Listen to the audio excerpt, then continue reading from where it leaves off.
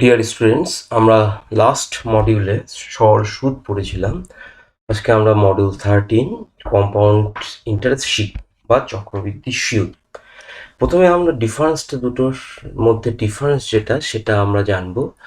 দুটোর মধ্যে ডিফারেন্স কি দেখো, সরল সুদ আর এদিকে চক্রবৃদ্ধি সুদ বা কম্পাউন্ড ইন্টারেস্ট।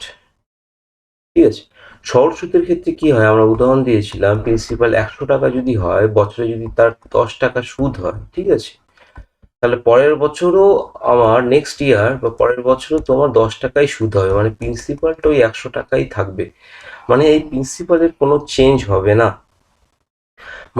ঠিক আছে, আর চক্রবৃদ্ধি সুদের ক্ষেত্রে কি হবে, মনে করো প্রিন্সিপাল প্রথম বছরে 100 টাকা ছিল, ঠিক আছে, তার প্রথম বছরে তুমি সুদ পেলে হচ্ছে 10 টাকা, তার দ্বিতীয় বছরে প্রিন্সিপাল হয়ে যাবে 100 প্লাস 10, মানে 110 টাকা। তার উপরে যদি 10% ধরো, মানে 11 টাকা তুমি ইন্টারেস্ট পাবে বা সুদ পাবে। মানে এই যে প্রিন্সিপাল P1 P2, তার তৃতীয় বছরে P3, চতুর্থ বছরে P4 বা আসল, এই যে আসলগুলো সেগুলো তোমার বাড়তে থাকবে, মানে প্রিন্সিপাল প্লাস ইন্টারেস্ট এইভাবে তোমার বাড়তে থাকবে, ঠিক আছে। কিন্তু সরল সুদের ক্ষেত্রে P1 যা P2 তাই P হবে, P3 তাই P হবে, অর্থাৎ তোমার আসল সেই একই থাকবে, ঠিক আছে। এবার কম্পাউন্ড ইন্টারেস্টে আমরা আগের দিন শিখেছিলাম, সিম্পল ইন্টারেস্টে বা সরল সুদে যে প্রিন্সিপাল পি বা আসল টাকা বলা হয় সেটাকে, ইন্টারেস্ট মানে আই, সেটা হচ্ছে সুদের পরিমাণ টাকাতে প্রকাশ করা হয়, আর রেট অফ ইন্টারেস্ট সেটা পার্সেন্টেজে প্রকাশ করা হয়, সেটা হচ্ছে সুদের হার, আর টাইম টি মানে হচ্ছে সময়, এটাকে সাধারণত বছরে প্রকাশ করা হয়, ঠিক আছে। আর আমরা পড়েছিলাম অ্যামাউন্ট মানে হচ্ছে সুদ আসল বা সবৃদ্ধিমূল, মানে কি এটা প্রিন্সিপাল প্লাস আসল। দেখো সুদ আসল কথাটার মধ্যেই দুটো কথার যোগফল লেখা আছে, মানে প্রিন্সিপাল বা আসল আর সুদ বা ইন্টারেস্ট, এটা হয়ে গেল সুদ আসল। তাহলে তিনটে নাম এটার, সুদ আসল বা সবৃদ্ধিমূল বা অ্যামাউন্ট। তার প্রিন্সিপাল মানে হচ্ছে আসল, ইন্টারেস্ট মানে হচ্ছে সুদের পরিমাণ, রেট অফ ইন্টারেস্ট মানে হচ্ছে সুদের হার, টাইম মানে হচ্ছে সময়, সাধারণত ইয়ার্স বা বছরে প্রকাশ করা হয়, অ্যামাউন্ট মানে হচ্ছে সুদ আসল বা সবৃদ্ধিমূল, ইকুয়ালস টু প্রিন্সিপাল বা আসল আর ইন্টারেস্ট মানে হচ্ছে সুদ, ঠিক আছে। এইবার যদি ধরো প্রিন্সিপালকে আমরা পি দিয়েই প্রকাশ করলাম, মানে আসল, ঠিক আছে, পি মানে হচ্ছে আসল, আই মানে হচ্ছে ইন্টারেস্ট সুদ, তোমার আর মানে পার্সেন্টেজ হচ্ছে সুদের হার, ঠিক আছে, আর টাইম যদি আমরা এন দিয়ে প্রকাশ করি, এন বছর বা এন, ঠিক আছে।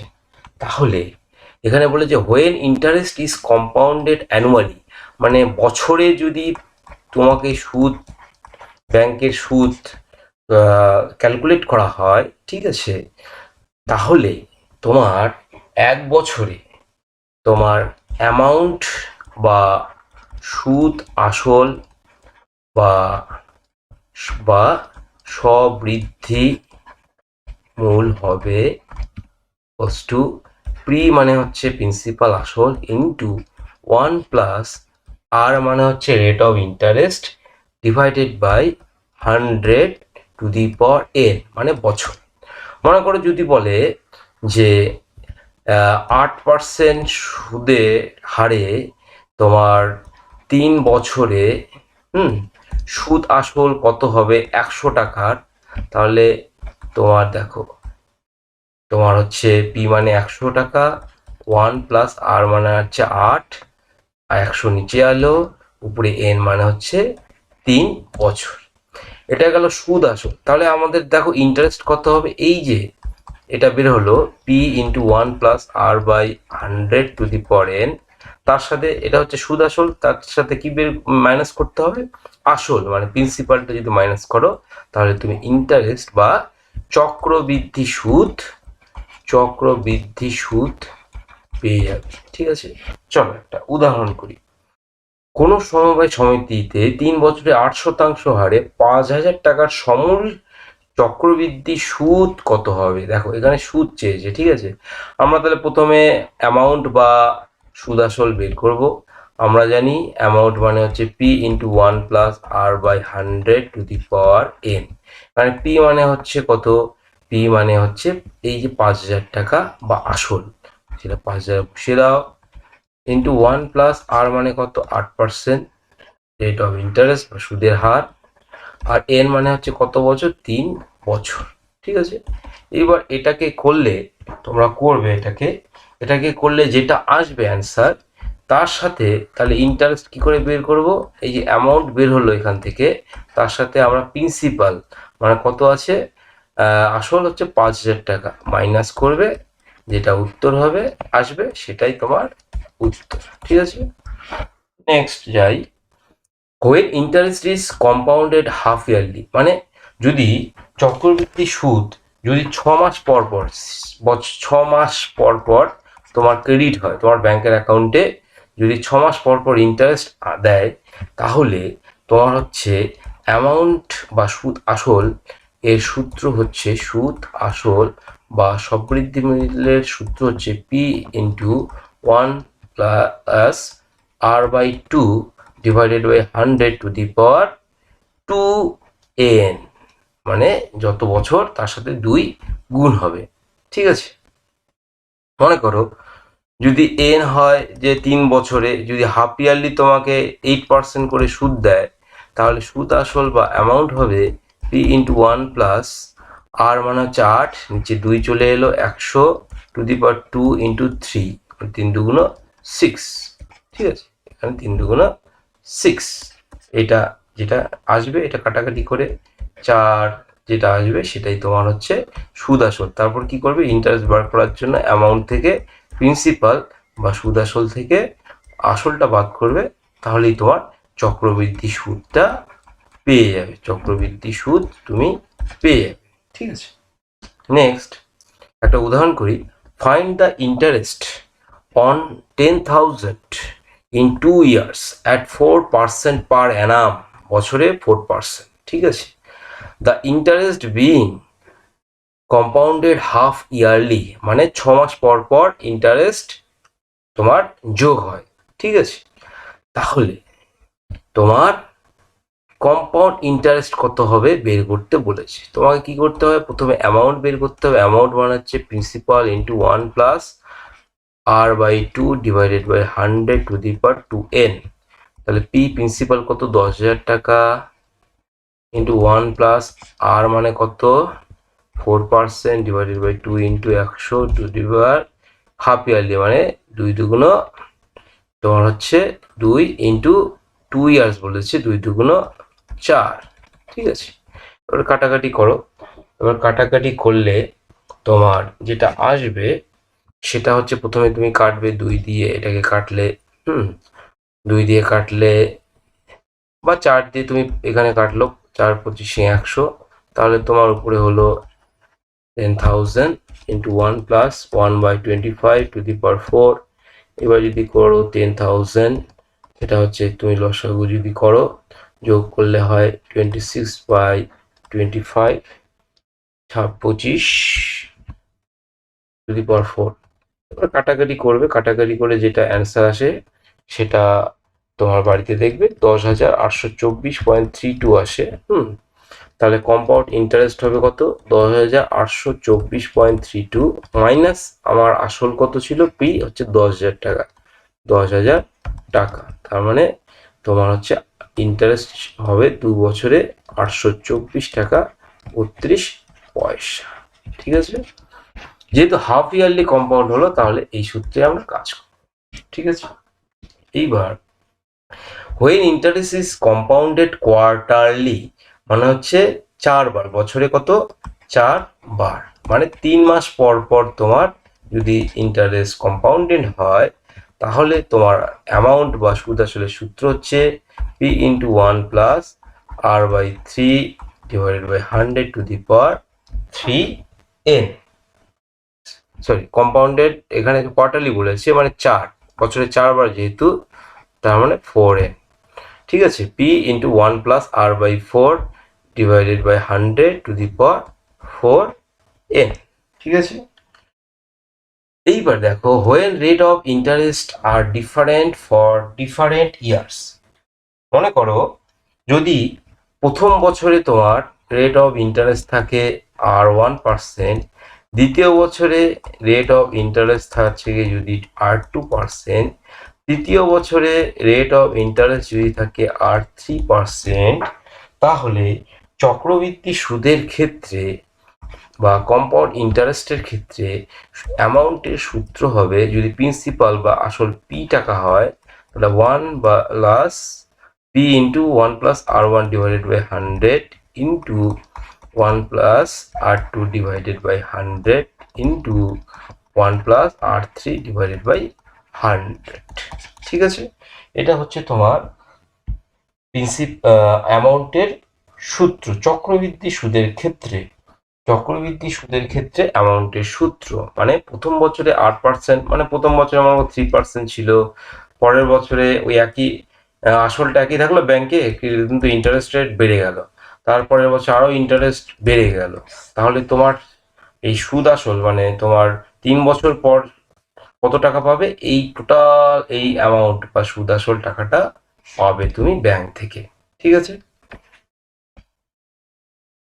এইবার একটা উদাহরণ করি যে 10,000 টাকার 3 বছর পর চক্রবৃদ্ধি সুদ কত হবে যদি প্রথম বছরে 4%, দ্বিতীয় বছরে 3%, 5% এবং তৃতীয় বছরে 6% হারে সুদ দেয়। তাহলে আমাদের সবৃদ্ধি মূল বা সুদ আসল বা অ্যামাউন্টের সূত্র কি ছিল? অ্যামাউন্টের সূত্র ছিল p into 1 plus R1 by 100 into 1 plus R2 by 100 into 1 plus R3 by 100।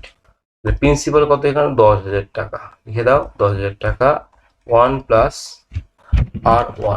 R1 মানে হচ্ছে কত? 4 বাই 100 ইন্টু R2 মানে কত? 5 বাই 100 ইন্টু R3 মানে 6 বাই 100। এইবার এটা কাটাকাটি করলে তোমার এরকম আসবে 10,000 ইন্টু 4 25 কাটো, তার মানে এখানে উপরে 26/25 হলো, ইন্টু তোমার উপরে 21/20 হবে, ইন্টু তোমার 53/50 হবে। ঠিক আছে, এইবার এটাকে গুণের আকারে আছে, এটাকে তুমি যদি কাটাকাটি করো তাহলে 5,575 টাকা আসবে। তাহলে এটা তোমার সুদ আসল বের হলো, তারপর ইন্টারেস্ট বা চক্রবৃদ্ধি সুদ কত বের হবে? 11,575.2 মাইনাস আসল হচ্ছে 10,000 টাকা, তার মানে 1,575 টাকা 20 পয়সা হচ্ছে তোমার উত্তর। ঠিক আছে, নেক্সট যাই।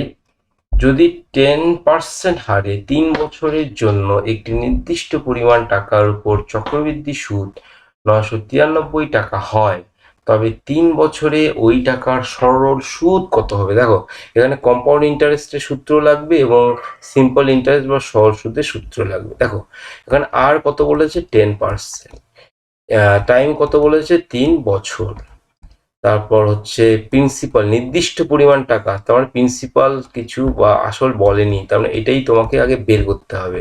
চক্রবৃদ্ধি সুদ কত বলেছে? ইন্টারেস্ট 993 টাকা। এবার চক্রবৃদ্ধি সুদের আমরা সূত্র কি জানি যে P into 1 plus R by 100 to the power n minus হচ্ছে প্রিন্সিপাল মাইনাস করে দেবো। ঠিক আছে, এইবার চক্রবৃদ্ধি সুদ বলেই দিয়েছি 993 টাকা, তাহলে প্রিন্সিপাল হচ্ছে পি ইন্টু 1 প্লাস আর কত? আর মানে হচ্ছে 10%, নিচে হচ্ছে 100, এর মানে কত? টি, এর মানে টি, এটা হচ্ছে 3 বছর, মাইনাস পি কত জানি না, এটা বের করতে হয় আমাদের। তাহলে 993 ইন্টু 10 কাটলো, উপরে পড়ে থাকে তাহলে কত? উপরে পড়ে থাকে তোমার, উপরে পড়ে থাকে তুমি যদি এটাকে লসাগু করো, উপরে হচ্ছে 11 divided by 10 to the power 3 minus P, তাহলে পি কমন নাও, পি কমন নিলে তোমার হচ্ছে 1331, 11 ইন্টু 21, 121 ইন্টু 11 গুণ করো, তার মানে হচ্ছে 121 বাই 121, 1331। তাহলে উপরে হচ্ছে 1331 ডিভাইডেড বাই 1000, যেহেতু কিউ আছে মাইনাস পি, তাহলে এখানে তোমার 1000 হয়ে যাবে। তাহলে উপরে হলো পি ইন্টু 331 ডিভাইডেড বাই 1000, 331 দিয়ে এটাকে কাটো, 3 দিয়ে যায়, তাহলে বজ্রগুণন করলে তোমার পি এর ভ্যালু আসলো 3000।